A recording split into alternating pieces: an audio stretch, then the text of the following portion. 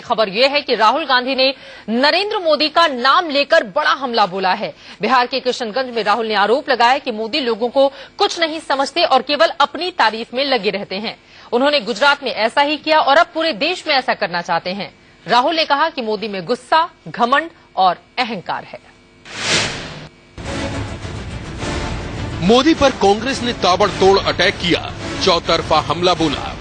जो वो 3-4 दिन में उसकी आमदनी होती है वो एक पट्टी दवाई में चली जाती।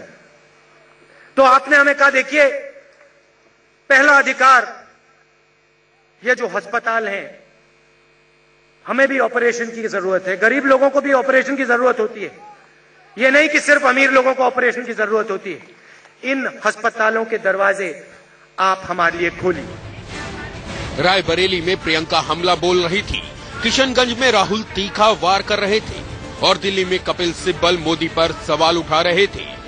इन हमलों में एक बात खास थी, सबको इस बात पर ऐतराज था कि मोदी देश के लिए सबसे बड़ा मुद्दा क्यों बन गए हैं। इस मुद्दे पर सबसे करारा हमला किशनगंज में राहुल ने बोला। चुनाव हो रहा है, हिंदुस्तान के लिए चुनाव नहीं हो रहा है, युवाओं के लिए चुनाव नहीं हो रहा है, गरीब लोगों के लिए चुनाव नहीं हो रहा है। सिर्फ सवाल एक है, नरेंद्र मोदी जी के लिए चुनाव हो रहा है। ये उनकी सोच है। राहुल ने कहा, मोदी गुजरात की जनता को कुछ नहीं समझते, विकास का सेहरा अपने ही सिर सजाते हैं। बाकी सब भूल जाओ, कोई जरूरत नहीं है आपकी, कोई जरूरत नहीं है आपकी। भैया आपने क्या किया? आप कौन होते हो? गुजरात की जनता ने क्या किया? वो कौन है? 60 साल से खून पसीना दिया, अपना प्रदेश को बनाया, छोटे छोटे कंपनियां खोली, गुजरात को मजबूत बनाया। नहीं भैया, गुजरात आगे गया है तो सिर्फ एक आदमी ने काम किया है। मोदी पर बोलते बोलते राहुल का एंग्री यंग मैन फिर बाहर आ गया।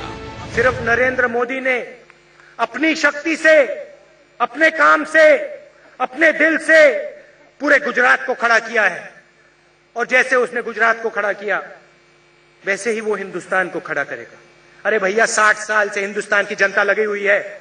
अगर ये देश आगे बढ़ा है तो आपने काम किया है, किसान ने काम किया है, मजदूर ने काम किया है, ज्ञान आप में है, जानकारी आप में है। राहुल ने कहा, मोदी में गुस्सा है, घमंड है, अहंकार है। भाषण आप सुनिए, हर भाषण को सुनिए, एक आपको भाषण नहीं मिलेगा जिसमें गुस्सा नहीं होगा, क्रोध नहीं होगा, घमंड नहीं होगा। एक भाषण नहीं मिलेगा। किशनगंज में कांग्रेस की उम्मीदवार की जीत पक्की मानी जा रही है। जेडीयू के उम्मीदवार अख्तरुल ईमान ने सेकुलर ताकतों को मजबूत करने की बात कहते हुए मैदान से हटने का फैसला किया। 24 अप्रैल को यहां वोट डाले जाएंगे और जेडीयू दूसरा उम्मीदवार भी नहीं उतार सकती है। ऐसे में राहुल ने यहां नरेंद्र मोदी का नाम लेकर उन पर हमला किया और मुस्लिम वोटरों को लुभाने के लिए पूरी ताकत लगा दी। Bureau report, India news. बात करते हैं, आपको मारते हैं।